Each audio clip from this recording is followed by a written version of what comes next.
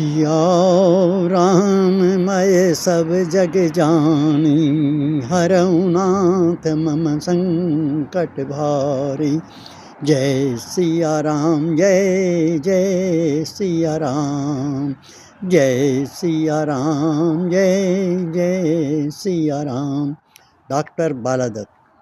मित्रों, मैं आजकल आपको सुंदरकांड की सीरीज़ के बारे में बता रहा हूँ। कल मैंने हनुमान जी और सीता जी के बीच में जो वार्तालाप हुआ था उसका कुछ अंश सुनाया था। उसी अंश को आगे बढ़ा रहा हूँ। जब हनुमान जी की सीता जी से भेंट हुई और उनका वार्तालाप हुआ, उसके बाद सीता जी और उनके बीच में बहुत ही मार्मिक विचार विमर्श और वार्तालाप हुआ। और जब उन्हें पूरी तरह से संतुष्टि हो गई तो उनके बीच में मित्रता का भाव, उन्होंने अपने बेटे के रूप में अपना लिया और समझ लिया कि कोई प्रभु राम का सेवक है। तब हनुमान जी ने और उनके बीच में जो प्रश्न हुए, उन प्रश्नों में एक प्रश्न ये था कि जब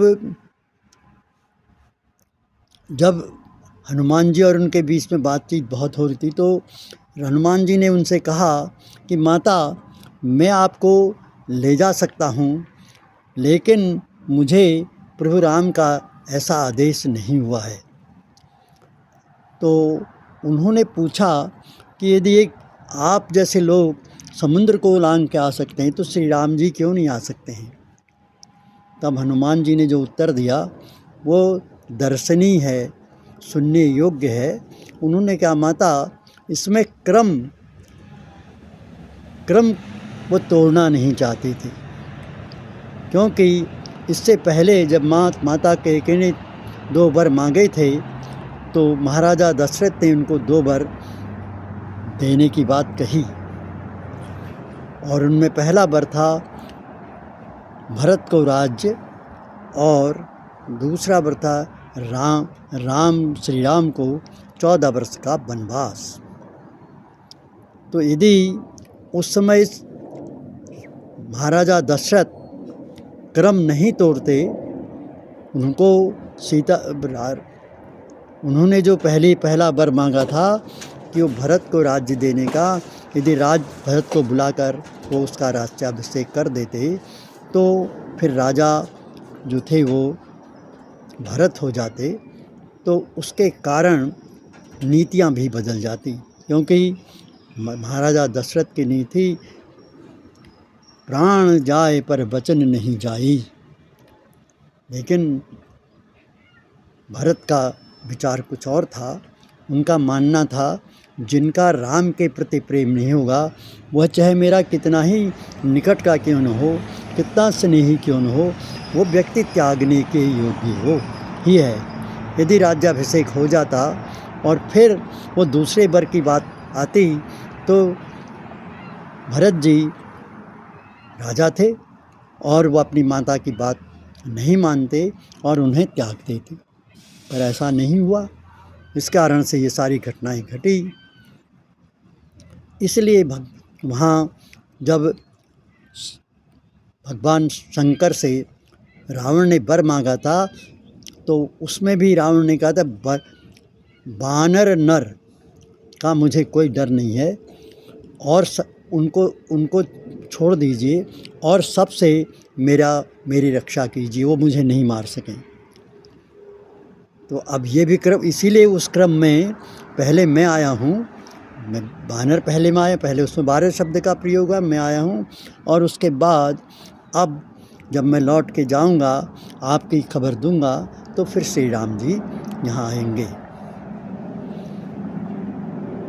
तो जब हनुमान जी ने कहा मैं ले जा सकता हूँ पर मुझे आज्ञा नहीं है, तो सीता जी ने कहा, भाई मैं तुम्हारे साथ नहीं जाऊँगी, क्योंकि मैं एक स्वाभिमानी नारी हूँ नारी का कर्तव्य होता है, जिस तरह से रावण मुझको वहाँ से लाया है, चुरा के लाया है, उसी प्रकार भगवान राम यहाँ आएँ और युद्ध करके उसको हरा कर मुझे ससम्मान यहाँ से ले जाएं। तो फिर उनके बीच में एक शंका, सीता जी के मन में एक शंका आ गई कि उन्हें पूछा, भाई तुम ये छोटे से बंदर के रूप में मेरे गोदी में बैठे हो और तुम कह रहे हो कि भगवान श्री राम आएंगे और यहाँ इतने बलशाली राक्षस हैं, उनसे कैसे लड़ाई लड़ेंगे। तो सीता जी ने, हनुमान जी ने जो उत्तर दिया वो भी सुनने योग्य है। उन्होंने कहा, माता ये तो मेरा छोटा रूप है, अब मैं आपको असली रूप दिखाता हूँ। तो एकदम उनका शरीर फिर पर्वताकार हो गया।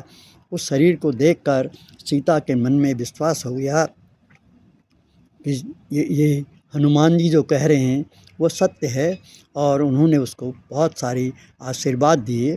और आशीर्वाद देने के बाद हनुमान जी ने कहा, अब मैं यहाँ से चिंता मुक्त हो गया हूँ, लेकिन माता ये यहाँ जो वृक्ष लगे हैं, फलों के वृक्ष लगे हैं, इन सुंदर फल रूखा, इनको देखकर मेरी भूख बहुत बढ़ गई है, इसलिए मुझे भूख लगी है।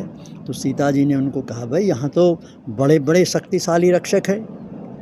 तो उन्होंने कहा, इनका मुझे कोई डर नहीं है, यदि आप मुझे आज्ञा देंगे तो मैं अपने आप फल खा लूँगा। तो सीता जी ने कहा, हाँ जाओ और श्री रामचंद्र जी को अपने मन में स्मरण करके मधुर फल, मीठे फलों का सेवन करो। तो मतलब यहाँ पर मीठे फल का मतलब है अच्छे कर्म।